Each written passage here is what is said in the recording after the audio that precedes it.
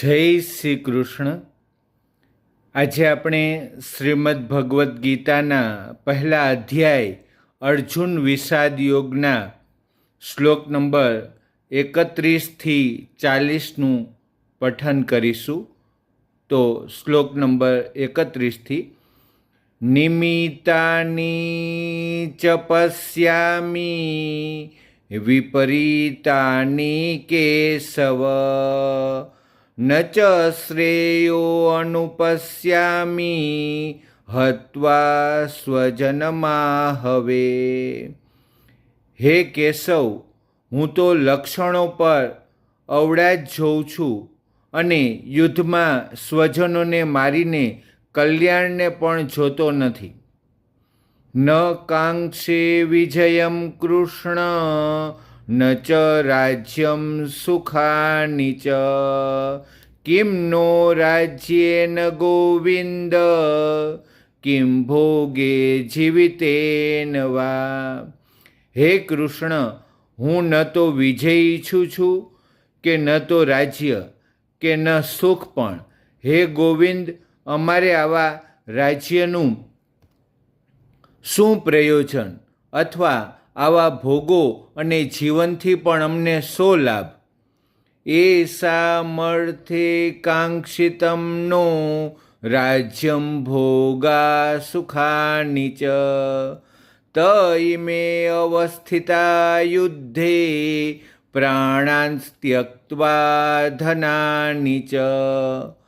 અમે જેમના માટે રાજ્ય, ભોગ અને સુખો ઈચ્છીએ છીએ તે જ આ બધા લોકો તો ધન અને જીવવાની આશા જતી કરીને યુદ્ધમાં ઊભા છે.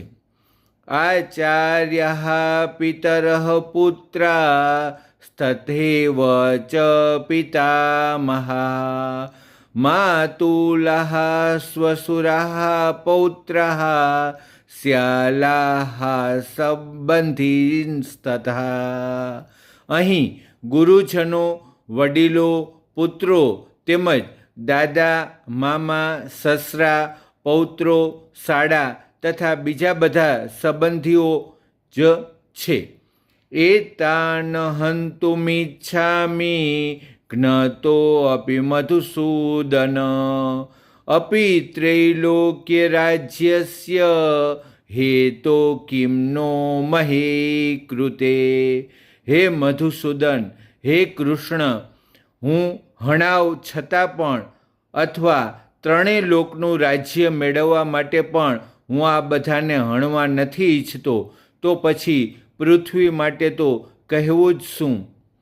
નિહત્ય ધાતરાષ્ટ્રાન્નઃ કા પ્રીતિઃ સ્યા જનાર્દન પાપમેવાશ્રયેદસ્માન હત્વેતાનાતતાયિનઃ.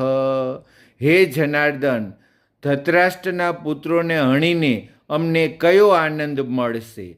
આ આતતાઈઓને હણીને તો અમને પાપ જ લાગશે.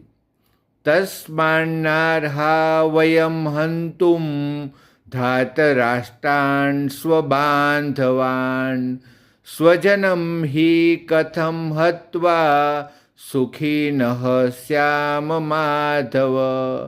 માટે હે માધવ, હે કૃષ્ણ, પોતાના જ બાંધવ ધૃતરાષ્ટ્ર પુત્રોને હણવા માટે અમે યોગ્ય નથી. પોતાના જ સ્વજનોને હણીને અમે કેમ સુખી થઈશું?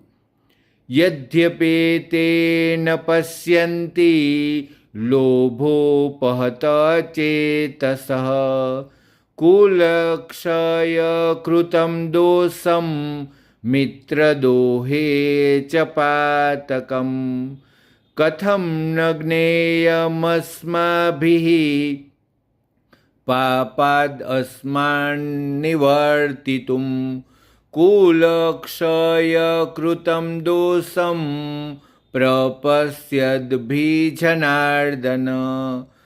જોકે લોભને લીધે ભ્રષ્ટ ચિત્ત થયેલા આ લોકો કુળના નાશથી ઉત્પન્ન થતા દોષને તથા મિત્રનો વિરોધ કરવાથી ઉત્પન્ન થતા પાપને જોતા નથી. છતાં પણ હે જનાર્દન, હે કૃષ્ણ, કુળ નાશના કારણે લાગતા દોષને જાણનારા અમોએ આ પાપથી બચવા માટે કેમ ન વિચારવું? કુલક્ષયે પ્રણશ્યંતિ કુલધર્મા સનાતનઃ ધર્મે નષ્ટે કુલમ કુત્સ્નમ અધર્મો અભિભવત્યુત. કુળનો નાશ થતાં સનાતન કુળ ધર્મો નષ્ટ થઈ જાય છે અને ધર્મ નાશ પામતા સમસ્ત કુળમાં પાપ પણ ખૂબ જ ફેલાઈ જાય છે. રાધે રાધે.